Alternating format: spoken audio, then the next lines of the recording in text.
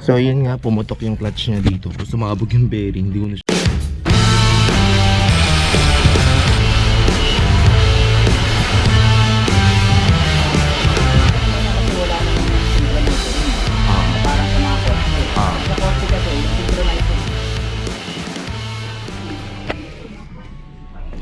So ayan, what's up? Good morning. So kung nakikita nyo, ito may mga pyesa po tayo dito. So yung motor kasi natin is gagawin ngayon. Medyo malaki problema ng makina natin ngayon kasi sumabog yung bearing sa loob ng clutch. Kaya hindi ko siya magamit ng may clutch. So ito na siya mga tol. Ang nangyari kasi sumabog yung bearing niya, bumigay.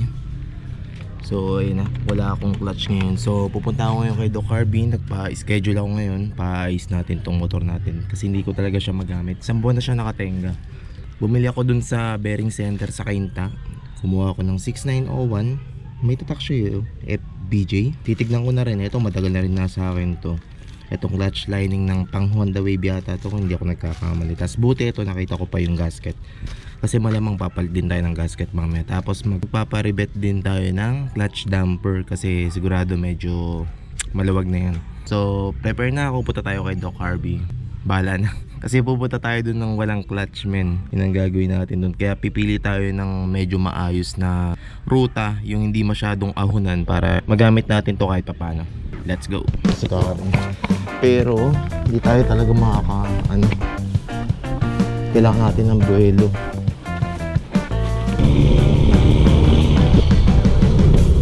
Malamang may LTO. Kaya madaming rider. Gumilid pa tayo, Diyos mio.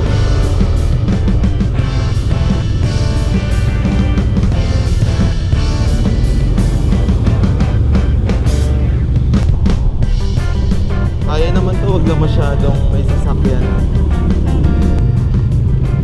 So dito kailangan muna natin kumabila. Mag-U-turn muna tayo dito para dire-diretso yung takbo. Medyo hassle lang talaga.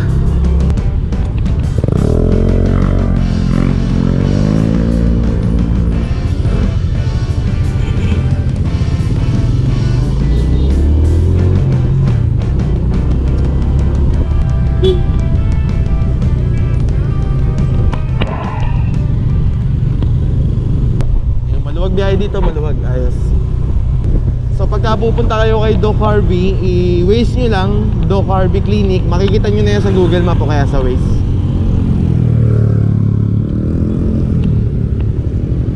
So ayan, ang diskarte lang naman na ginagawa ko mga tol, just in case na mangyari sa inyo to, kung halibawang maputulan kayo ng clutch o kaya masiraan kayo ng bearing tulad ng sa akin, huwag kayong matataranta. Yan, ikabisaduhin nyo lang yung neutral nyo. Basta isipin nyo lagi pagka medyo pa-stop na kayo, talanganin. Lagi nyo lang tatandaan na kailangan nyo mag-neutral para hindi kayo mataranta. So, neutral lang, tapos ang gagawin nyo lang talaga is paandarin nyo lang ng konti yung motor nyo kasi kailangan ng buwelo nyo para makapag-primera kayo. So parang ganito, wala tayong clutch na ginagamit, kailangan natin siyang paandarin or kaya itulak ng kaunti. Tulak nyo ng kaunti, pagka may buwelo, primera. Ayun, nakikita nyo, di ba? Kumagat na, magagamit nyo na yung motor nyo. Yun nga lang, hindi ko alam ang magiging epekto nito sa makina, sa loob. Kaya mamaya, pabubuksan natin kay Doc Harvey, pakikita ko sa inyo kalalabasan nung gantong senaryo. Kaya magkaka-idea kayo yan, para just in case na mangyari sa inyo to, may idea na kayo kung dapat nyo bang gawin yung ganto or magpahila na lang kayo. Kasi kung medyo nakasama sa loob ng makina natin to, wag nyo nang gawin. Siguro ang pinakamagandang gawin, magpahila na lang kayo. Pero kung once nyo lang naman gagawin, kung okay naman yung loob ng makina natin, pagka i-check ni Doc Harvey mamaya, okay lang naman siguro kahit isang beses para makauwi lang kayo.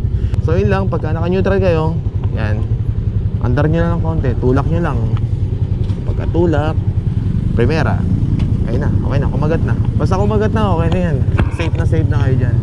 So sa shifting naman nito, kabisaduhin nyo na lang kasi may shifting na medyo kakadyot talaga yung makina nyo. Pero meron namang timing yan. Aralin nyo na lang yung timing niya. Makukuha nyo naman habang ginagamit nyo to. Tulak. Primera. Andar.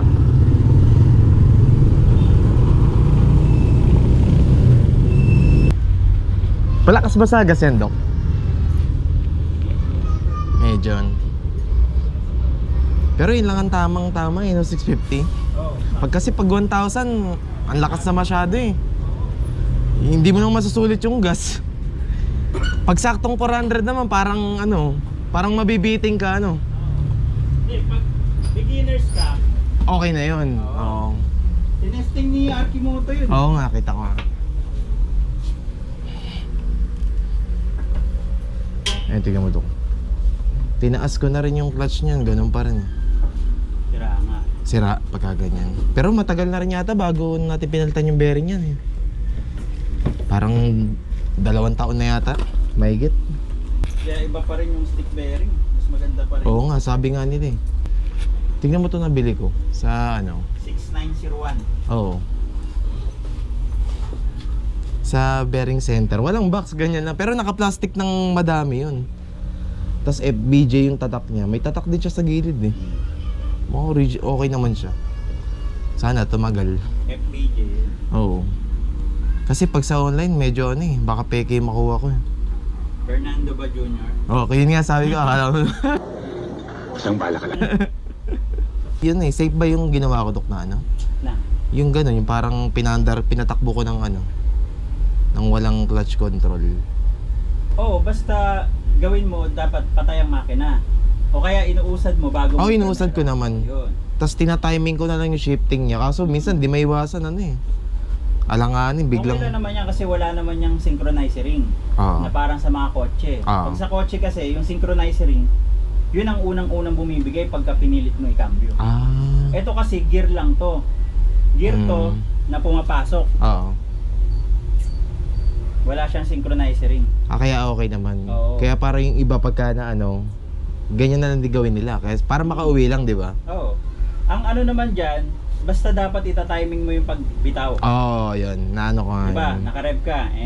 Yung bitaw na pagbitaw mo, saka mo ipapasok. Sabay na sabay yun. Kahit sa sasakyan nga, nagawa ko na yan. Ang mahirap lang pag sa kaya dito ako dumaan sa C6 eh. Para maluwag. Para madire-diretso kasi pag paahon ang hirap. Hindi mo magtutulak ka talaga. Okay, dapat parang meron. Sige nga, check mo rin, Dok. Parang meron. Wala na. Wala na talaga. Sagad. Wala ko meron pa eh. Hindi ko pa naman na-check to, yun lang ang inano ko. Synthetic pa. Huwag ka mag-10W sa Vega. Wag 20 lang talaga. Wag.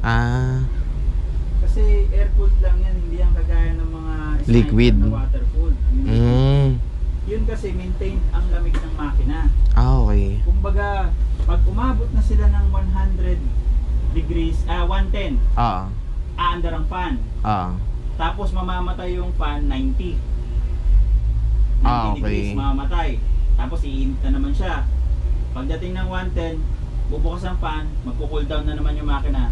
Nagme-maintain lang yung temperature ng makina dun sa range na yun, 90 to 110. 90 110, 90 110 lagi yun. Yun lang yung circulation niya.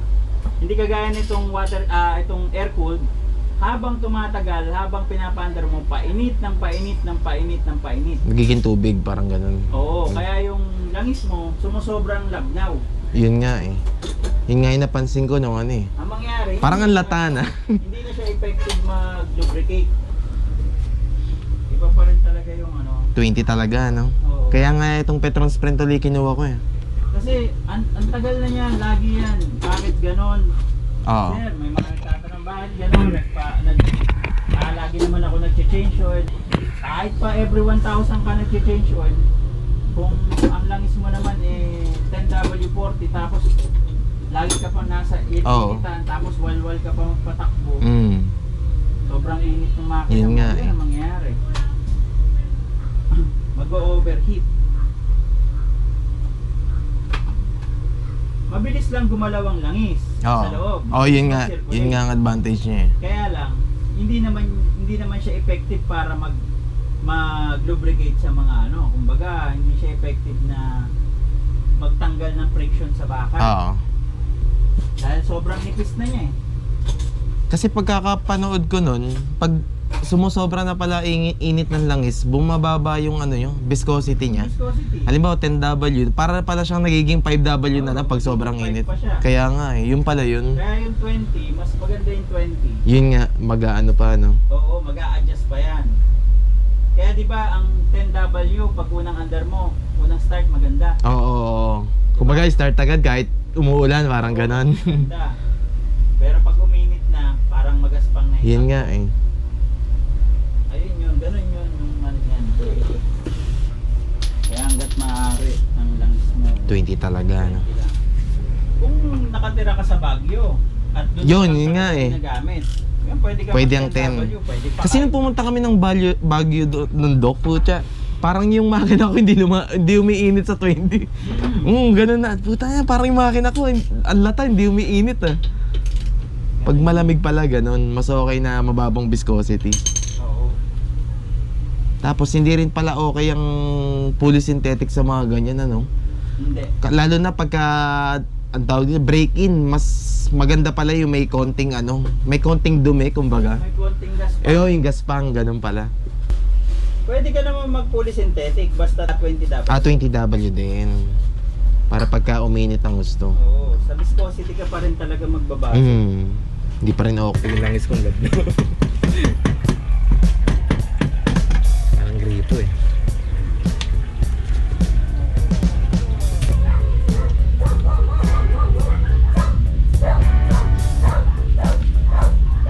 Ayun ba? Ayun bearing dyan. Ay, basag na wala na. Kalabas na. Kalabas na yung pinaka-ring ano niya. Wala na. Oh. Durog talaga.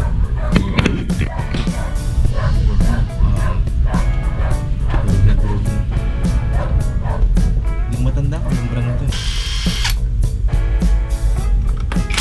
Tibay rin ang SYS, ano? Oo. Ilang taon na yun? Iba yan. Ayan. May itim na rin. Yung mga bulitas. Oo. Oo. Nagkalat.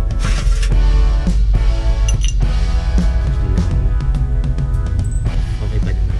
Wala pang kanal. Oo. Ayos pa. Ano pa to? Kat na kat. Lagyan pa naman.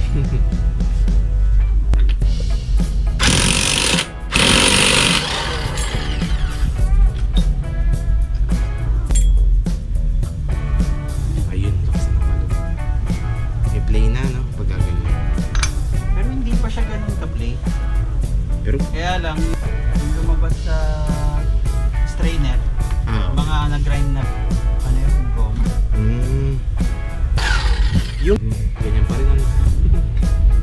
Pero May tumutunog. Ano kaya yun? umalas siguro yung ano, spring na, naputol na Spring. yung spring.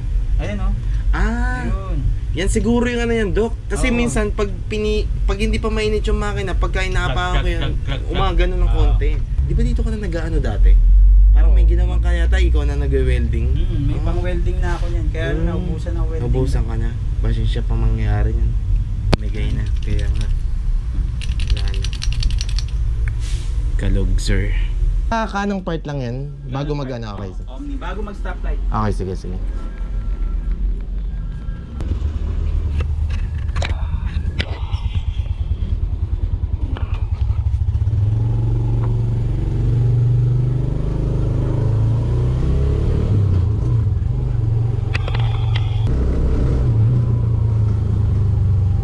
Bali si Doc na magwe-welding mga tol.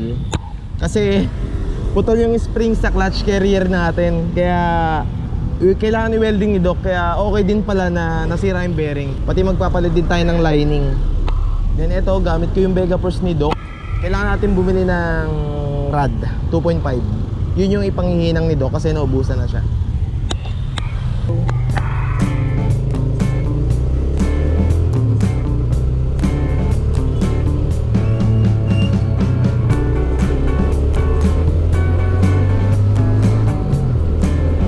Omni 6013. Parang ayaw nga tama, parehas lang. Salamat.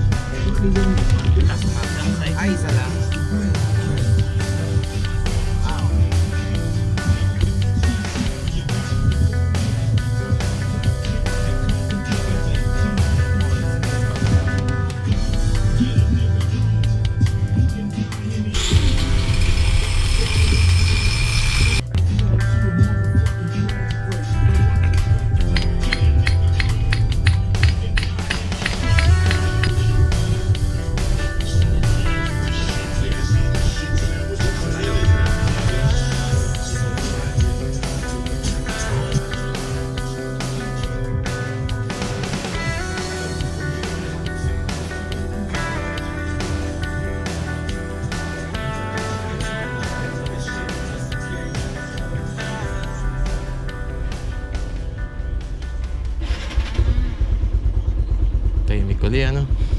Wala nang tag-tag-tag. Oo. Tunog stock eh. Hindi pa nagsisirculate yung ano niya. Oo nga eh.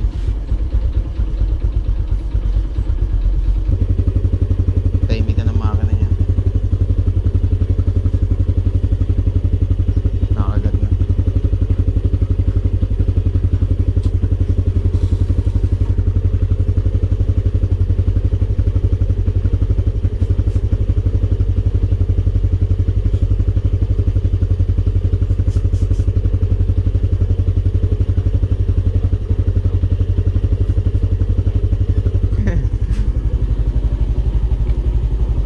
Hindi na kagaya kanina. Maganit. Kanina ang tigas. Ano yun?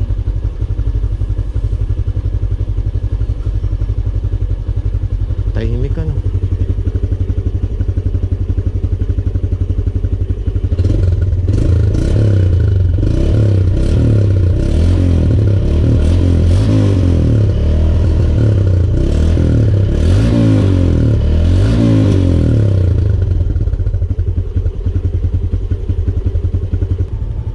Oh.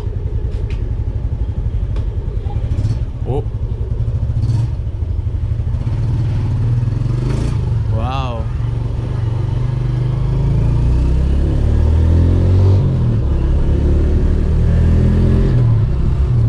Woohoo!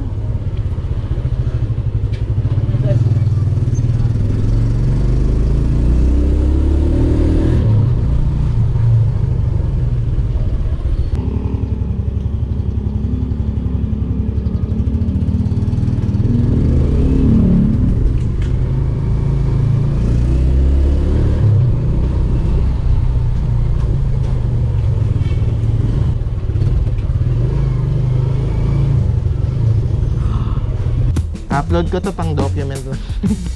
Salamat. Thank you, Doc. Salamat.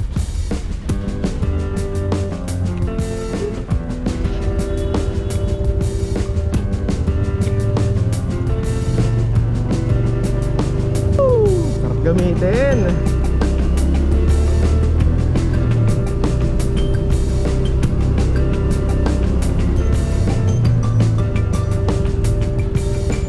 Ito na siguro mga tol. Like, share, subscribe.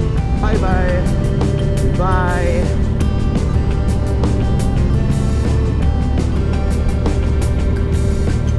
Pwede na tayo makipagsabayan dito. Hindi na ako mahirapan.